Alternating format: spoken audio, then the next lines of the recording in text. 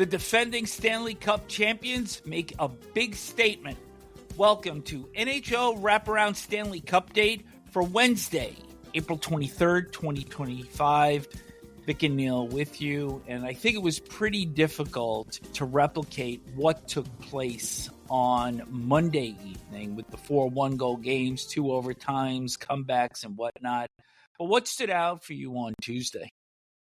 I got to say, I didn't know what would happen between the Panthers and the Lightning. I didn't know which way that first game or the series, really. I think that Florida would win. I called them to win, but didn't know which way the game would go in Tampa. So that was kind of a shocker that it was a bit of a blowout by the Panthers. And then really surprised at Minnesota being able to beat up on Vegas in Las Vegas as badly as he did. So those two things for me were very notable.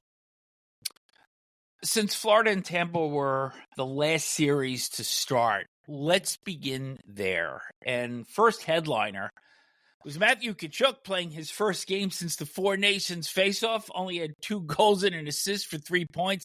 Nate Schmidt with 2 goals. And you could tell literally from the outset that the Panthers were ready to go, healthy, and jumped all over Tampa early and never took their foot off the gas the entire night. And played playoff hockey. And I know it's the playoffs, so of course they should play playoff hockey. But what I mean by that is this is the way Florida Panthers play.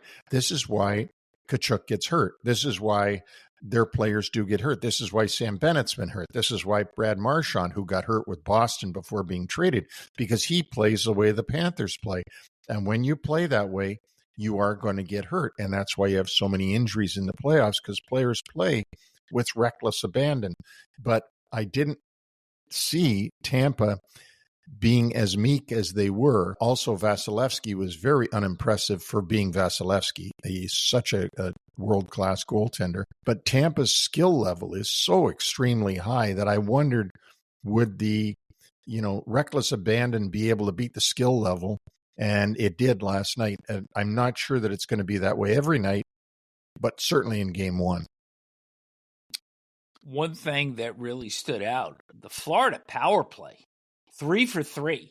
And as you'd mentioned before also, Vasilevsky only made 10 more saves than you did last night. Yeah, that's right. And I didn't save anybody. It was sort of stunning, and he'll definitely have to get his game back under him for game 2. They cannot afford, this is an obvious statement. I hate when people say what I'm going to say. They can't afford to go down 2-0. Well, of course they can't. But in this case, they've got to win game 2 and go to Sawgrass with the series evened up. But I think what we see with Florida is they can play you anyway. They'll beat you in the alley, and they can beat you in open ice also.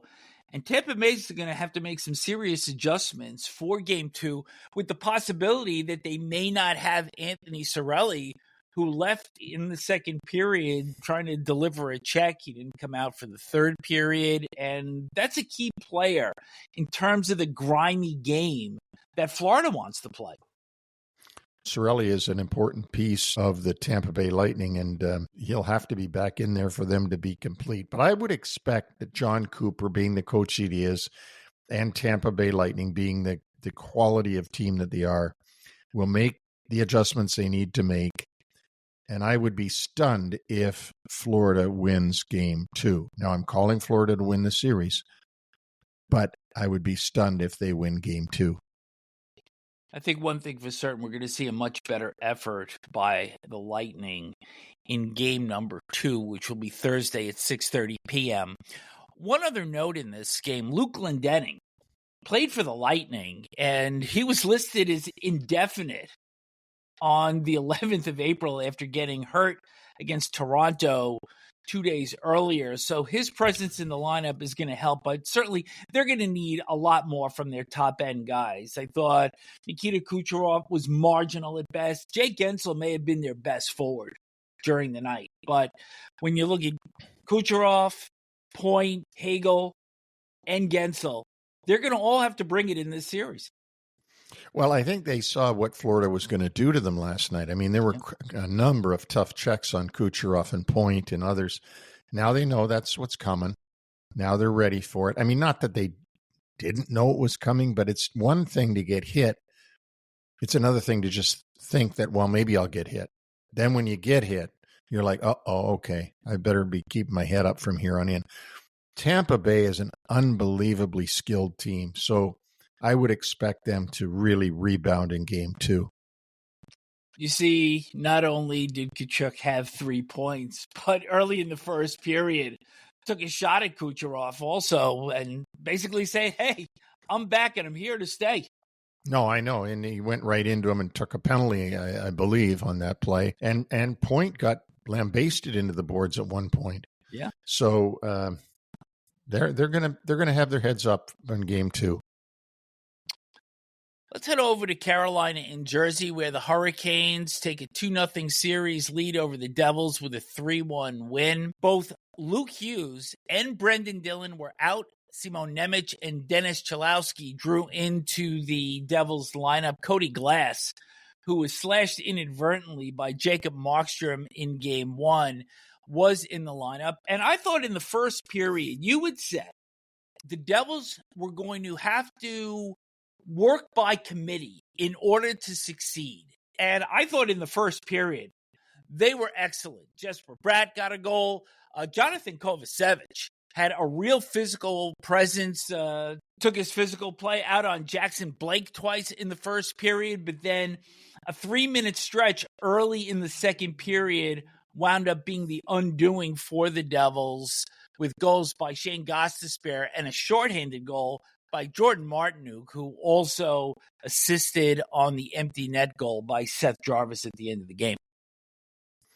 The Devils did do a real good job when you consider that Luke Hughes and Brendan Dillon were both out of their defense lineup and they had to draw their 7th and 8th defensemen into the lineup. So it was a valiant effort, but like you said, the shorthanded goal killed them. But how about Freddie Anderson?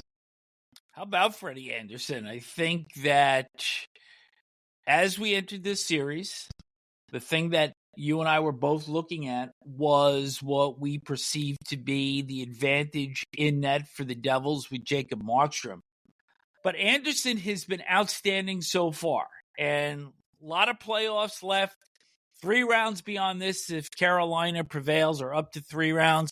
But during the power play in the third period, when the score was 2-1, Anderson made 5 saves during that Devils advantage, and he was mobile, he was squared up to the shooter, and he looked like a top-end playoff goalie. No, he looked really good. And we've had this conversation since the summer about Anderson and Kochenkov. Does Carolina have the goaltending? And I've always said, you don't know till you know. What does that mean? That means until you see them do it, you don't know whether they're good enough. And I know the history for Anderson has been that he hasn't been able to get it done, but is that on him or is that on the team he was backstopping? He's got another chance right now with Carolina to see how far he can backstop them. You can only play the hand that's dealt you.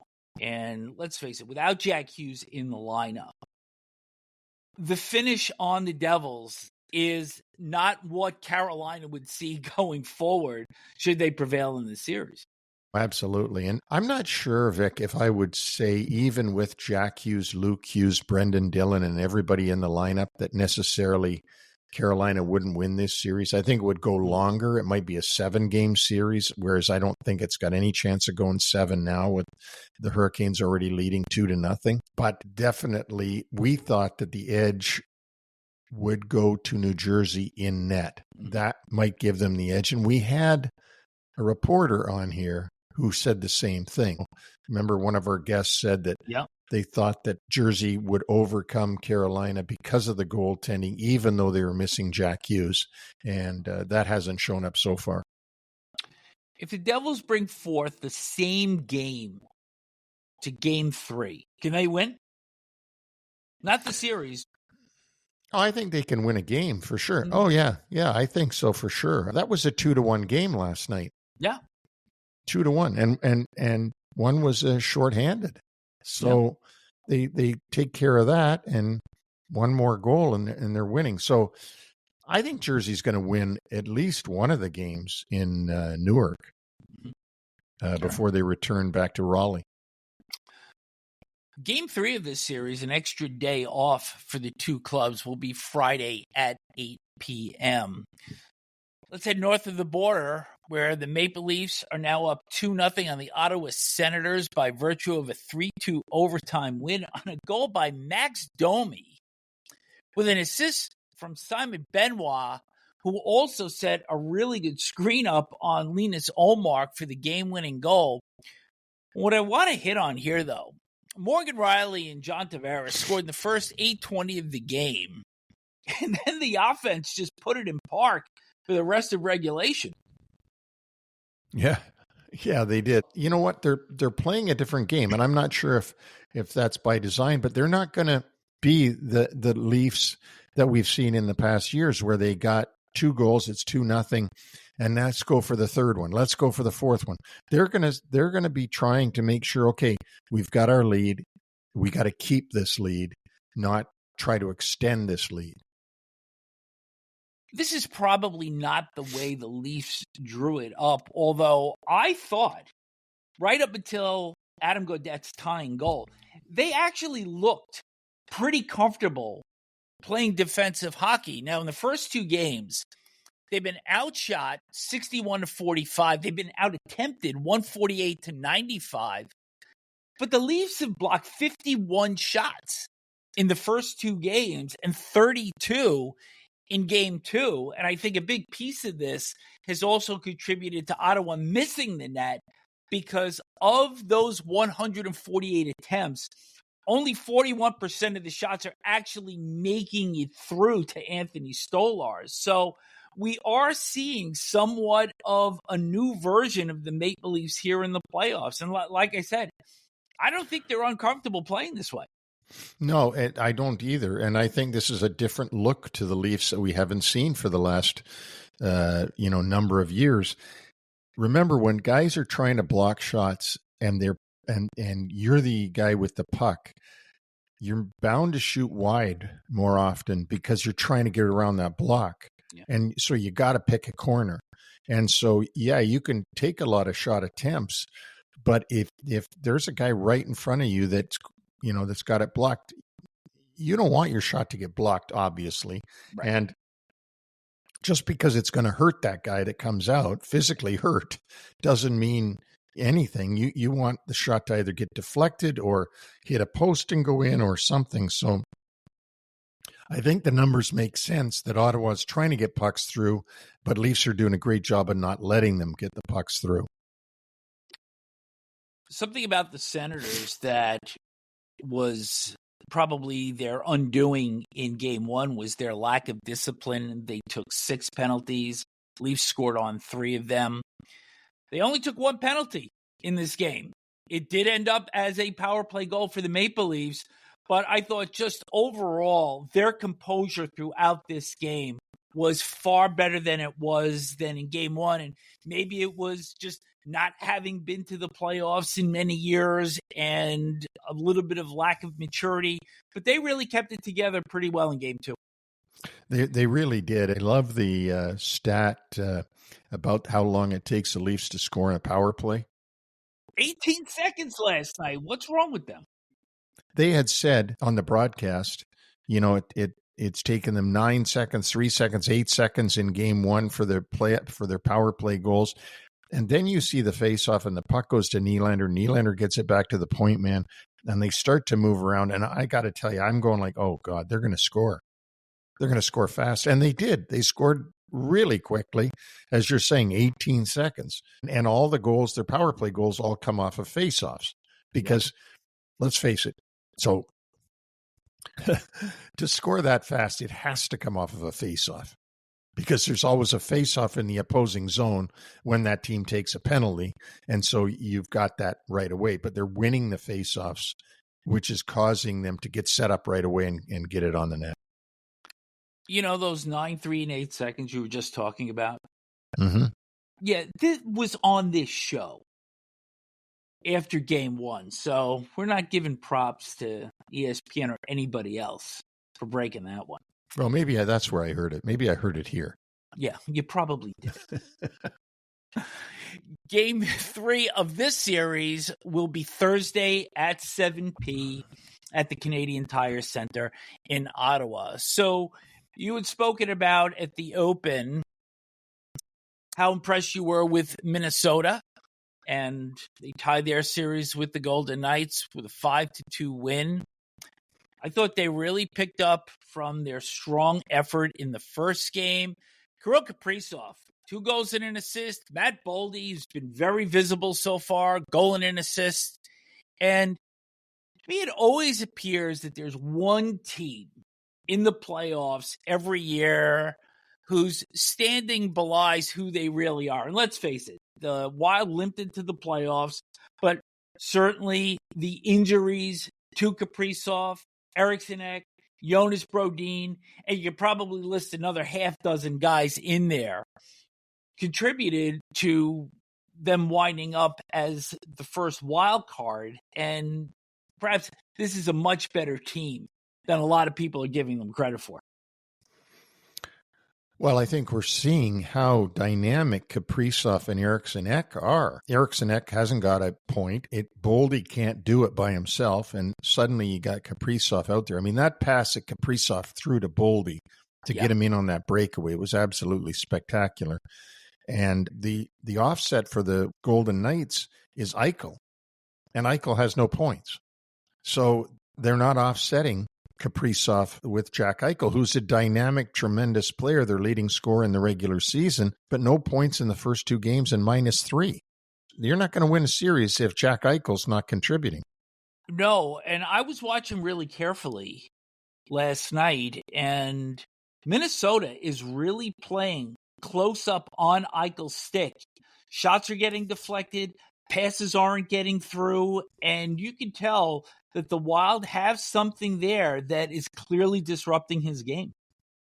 And this is part of their game plan, is you can't let Eichel just do, what he does. And clearly they have that in their game plan, and it's working for them.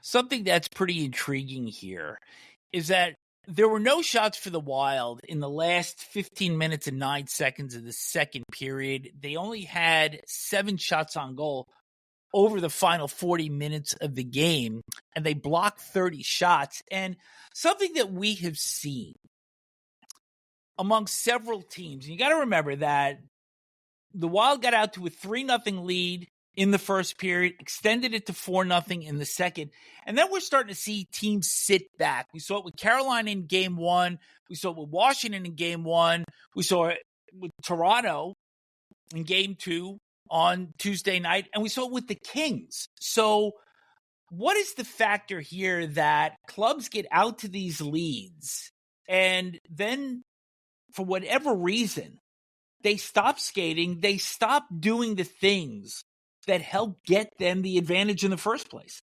But I think that's their game plan. Their game plan is get the lead and protect the lead, not just keep trying to add to the lead.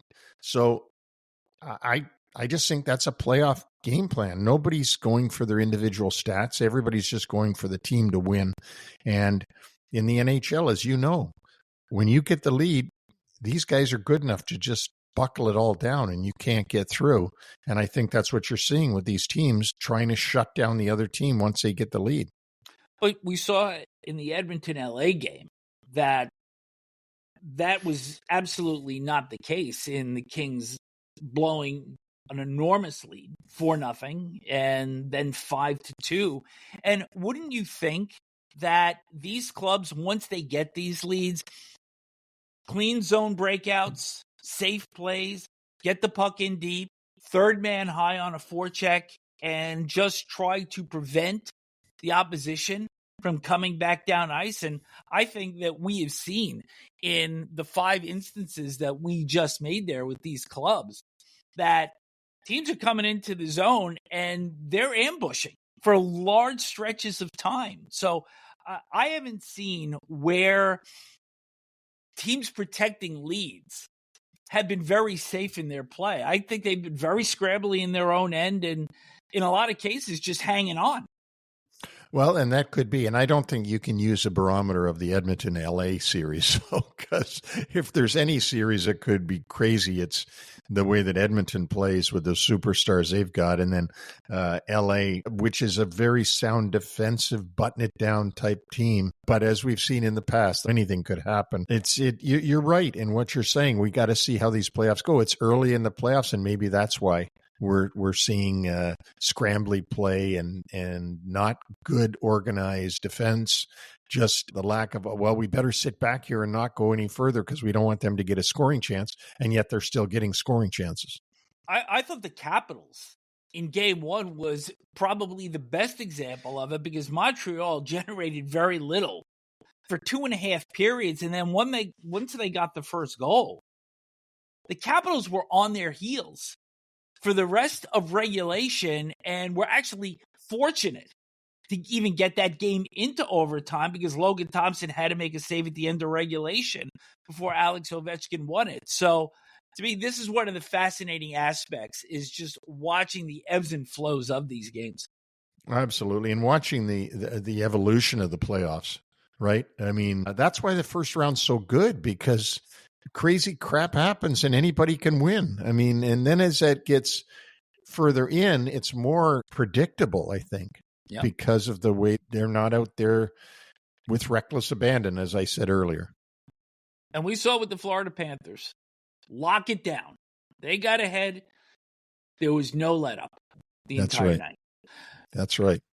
Just quickly wrapping up on Minnesota and Vegas, game 3 of that series set for Thursday at 9 p.m. So the Wednesday games, it's only 3 this evening. Montreal and Washington will play game 2. Caps leading 1-0, 7 o'clock on ESPN. A note here for the Capitals, Martin Fehervary, meniscus surgery, and out for the playoffs. So initially, this looked like it may be a day-to-day thing, and now he's gone for the Caps. So he's had arthroscopic surgery on his meniscus, and that's, I guess, takes too long to get back from that surgery. So he'll be missed, because remember, they've played the same 6 defensemen. Bruce Boudreau told us this when he was on the show. They played the same 6 defensemen all season long. Well, they won't be able to do that now. What else do you look for in this game? I want to see the way, Montreal comes out. Does Montreal get a lot of confidence based on the third period and the fact that they could push the Caps into overtime? Do the Caps come out and say, okay, that was too close for us? Like, we want to play the way we did during the regular season. And the other thing is, have the Caps been able to pull it back together since the Ovechkin chase? Because winning in overtime in game 1 against the 8th seed is not really saying, well, yeah, we've got it all back together again. So I want to see that. And then the other thing, is Ovechkin going to get another goal tonight and have a goal or an assist on every goal they score? I mean, he is just unbelievable at 40 years old. He is, but how long are the Capitals going to be able to use the chase for the record as a fallback? They're not going to use it as a fallback, but I think that that's hard for a team to get themselves back into total team game after they've been so focused on that record. That thing is well in the past now, so I'm expecting them to give a full 60 minutes as opposed to just the 50 and the overtime that they displayed in game 1. Dallas and Colorado will play game 3 with that series tied at 1 apiece. That game is in Denver at 9:30 on ESPN. Will we see Gabriel Landeskog come back after 1,033 days since his last NHL game when he lifted the Stanley Cup in Tampa Bay on June 26th of 2022?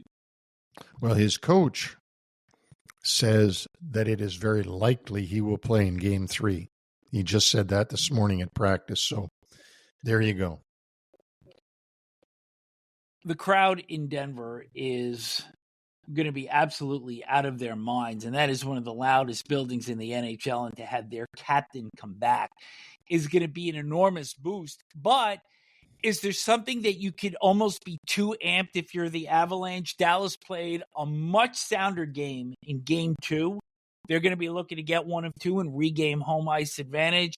So are the Avs going to be able to just handle everything that comes with Landeskog potentially returning? That is the question. I think you've laid out the question for the game. Will they be able to do that? I think they will. I think they're going to win game 3. I think they learned their lesson in game 2. And I still think that the injuries that Dallas has with Heiskanen, Jason Robertson, their leading goal scorer, I think those things are devastating to them. So we'll see. I mean, you've brought up some real good points. Can Colorado keep their composure with the craziness that'll go on? Bigger factor for Dallas, Colorado having the last change or altitude? Oh, I think altitude is the bigger thing there. Everybody talks about that. It'll take them half a period to get used to it, or a period to get used to it. They will get used to it. The Avalanche, of course, are used to it. It's interesting. I didn't get to hear, and I'm sure he was asked, if Brock Nelson, how he adapted once he got traded at the deadline out there. How did he adapt from Long Island altitude to Denver altitude? Because, the guys, McKinnons and Makars and those that play there all the time, I mean, their aerobic system is used to it. Can you ever get used to that? Because Dallas goes there every year. But, of course, it's spotty as compared to playing a playoff series, and they're going to be in Denver for several days, obviously, for this playoff series. But do you ever get used to it as an opponent getting in there, that mentally you know what to expect, and perhaps you can almost will your body to get through it? Well, what I've heard from players is it takes a while, a few shifts to get it. Like, you notice in the first shift that you're not getting the oxygen that you normally would get, but then your body adjusts to it as you go along. The final game of the evening will be on TBS at 10 o'clock. Edmonton and Los Angeles, game 2. What will they do for an encore? We're going to see about crypto.com crap out that you talked about in the last game. I can't even predict this. I don't know what's going to happen. It's LA is really good at home during the regular season. Both teams learned a lot about the other team, I would think, in game 1, since it was a tale of 2 games in one. And we'll see how they come out. It was fascinating to me that both teams played to blueprints of what they wanted to, because it was 2 separate games. It was the 4-0 lead that the Kings got, and then 5-2 in the third period. And for the better part of the first 40 minutes, a suffocating defense to go along with that lead. And then when that thing started to unravel, Edmonton, led by Connor McDavid's 4 points in that game, showed you just how dangerous they are. So, as we had said yesterday, both teams can take something out of game 1, but there are also cautionary parts for both teams as well. Oh, absolutely. The wild card in this whole thing is McDavid. He is so good that, this guy can change a game in a shift. And Draisaitl is also unbelievable, the way he can score and things, but he's not McDavid. There's no McDavid in the league except for Connor McDavid, the way that he can just pick up a game and change it. We're going to have to wait till 10 o'clock, but this is the one I'm looking forward to most out of the 3. And I'm looking forward to the other 2. But simply by virtue of what happened in game 1, like you said, you have no idea how this one's going to play out. No. And that's part of the fascination of the playoffs. It is, for sure. Let's go to some news here. More managerial stuff. Lou Lamoriello, the president and general manager of the New York Islanders, not having his contract renewed. You had sent me some texts earlier about attendance being down, and I think we could all see that the product has been subpar. And even when the club made the semifinals, let's just call it that because there were bubble components in there in 20 and 21, it was a veteran team that played 2 shortened schedules, which obviously had to have helped them. But I think Lou's biggest problem was that he never really evolved this club. And it still stayed old. He still stayed with the same players. He was stagnant at the draft. He was stagnant through free agency. And I finally believe that management just had enough. Yeah, I think that there was a wide-ranging disgruntlement among Islander fans, season ticket holders, sponsors at all. And what is the game plan? What was the game plan? Where were they headed? I mean, they're not a young team.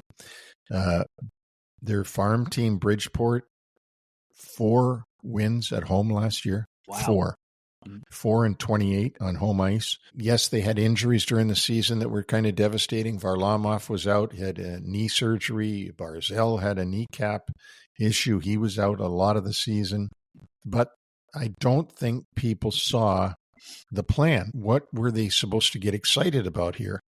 And I think that's ultimately results in empty seats. And when empty seats start showing up, then ownership gets involved. You'd have to think that the next general manager is going to be far more progressive in his thinking. But what does that exactly look like? I don't think it'll be hard to find somebody more progressive in his thinking. But I think you're going to see a different run organization for sure. Lou has run the Islanders just the same way as he ran the Leafs and he ran the Devils, especially the Devils. The next person who comes in, or people, will not be able to batten down the hatches in every way, shape, and form around UBS Arena the way Lou did. Speaking of which, I haven't shaved in a few days. He would even throw me off my own podcast. That's right. In fact, I was going to say that we can't start the show until you go and shave. Well, I'm not shaving today.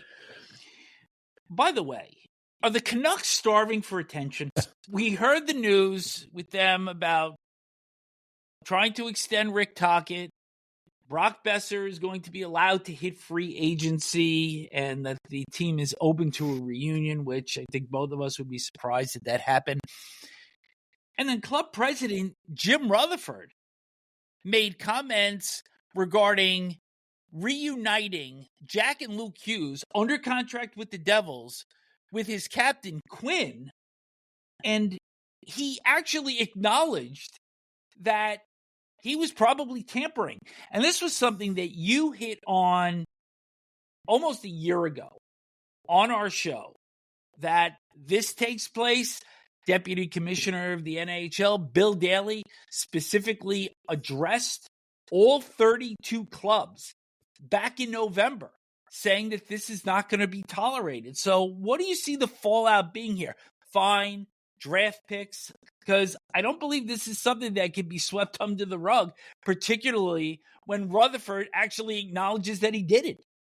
Well, I think what he did was he got diarrhea of the mouth and went on and said, well, they were talking about Quinn re-signing in Vancouver in the future, and would the Canucks be able to keep him in the future? And he said, yes, we're going to do everything we have to keep him there.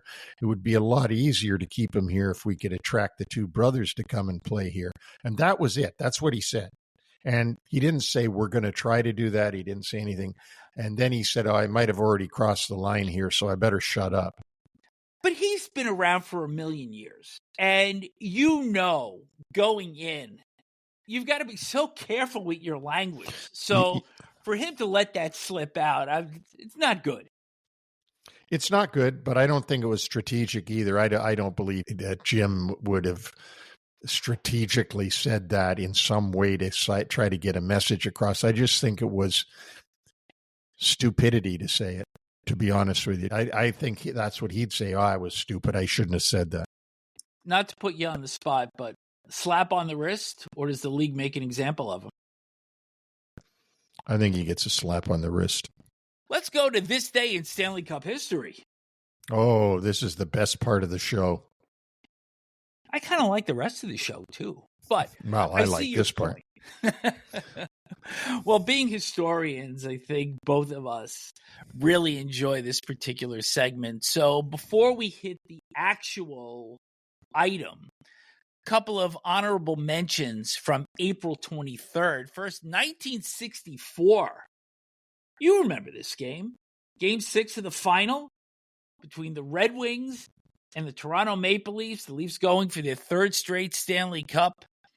Bob Baughan gets hit with a Gordie Howe shot, is carried off the ice, and comes back to score the overtime winner to force Game 7, which the Maple Leafs went on to win, and it was revealed afterwards that Baughan indeed had a broken ankle. I know, and it's just that folklore of Bobby Baughan playing with a broken ankle, whether it was a hairline fracture or what it was, stress fracture, we don't know, but folklore lives on that Bobby Baughan went off the ice on a stretcher. I remember I've seen the videos of this, and then came back and shot from the point, I believe. That's right. And scored from the point. Yeah. Yep. And I remember just how matter-of-fact he was with the interview with Ward Cornell and Stan Mikita saying, well, I blocked the shot, I got carried off, but right now I feel pretty good. Yeah. Yeah, but that's the way they were back in the 60s. Yeah. It was all matter-of-fact. That's always been somewhat regarded as one of the seminal events of how you just play through anything in the Stanley Cup. Yeah, and you just play and don't talk about, don't complain, just play. The other honorable mention took place in 2019, and it was the San Jose Sharks comeback in Game 7 against the Vegas Golden Knights. This was the play that Cody Eakin pushed Joe Pavelski, and then Pavelski hit another player and went face down into the ice. It was a 3-0 lead for Vegas in the third period, and a major penalty was assessed. And to be honest with you, I'm not even certain that with the reviews in place now, I'm not certain that even would be a penalty today. But nonetheless, the Sharks scored 4 power play goals. Jonathan Marchessault wound up forcing overtime in the final minute of that 7th game before Barclay Goodrow won it. And that was a pretty cool memory also. Wasn't that on a face-off that happened? Yes, it was on a face-off. Yeah. And I remember saying to myself, I'm not sure that should have even been a penalty. And I remember talking to George McPhee, and George saying, who was at the time the GM of the Golden Knights, they weren't sure that should be a penalty. They were upset that was even a penalty on that play. But it was some kind of comeback, that's for sure. I always regarded it simply as a hockey play gone bad. Yeah, well, that's true. All right. Now we're going to get to our feature on this, or a featured event here. That on April 23rd, 1950, the first of only 2 times in Stanley Cup history that a final was decided in a 7th game overtime, the Detroit Red Wings beat the New York Rangers 4-3 in double OT. The Rangers were a surprise finalist, having defeated the Montreal Canadiens in 5 games in the semis, but they were forced out of Madison Square Garden by the circus, not to be confused with what took place at MSG this current season. So what wound up happening is the Red Wings wound up playing 5 out of the 7 games at home in the Detroit Olympia, and the Rangers' 2 home games, quote, were played in Toronto at Maple Leaf Gardens. But the winning goal off a faceoff, Pete Babando from George G. And 3 months later, Babando was actually traded to Chicago. That's a fine thank you. As part of a 9-player deal. And 3 years later, Babando's NHL career would end with the Rangers. Amazing. Just amazing. And if the Rangers could have won that game, they would have all been chanting 1950 instead of 1940. It could have been 1950. That's the ironic piece of this, is even had they won, the jingle still would have been there until 1994. Yeah, exactly. No, that's great stuff. That will wrap up our show for today. Remember, our website is nhlwraparound.com. Please remember to subscribe, like us, and check out some of our clips on X at NHL Wraparound.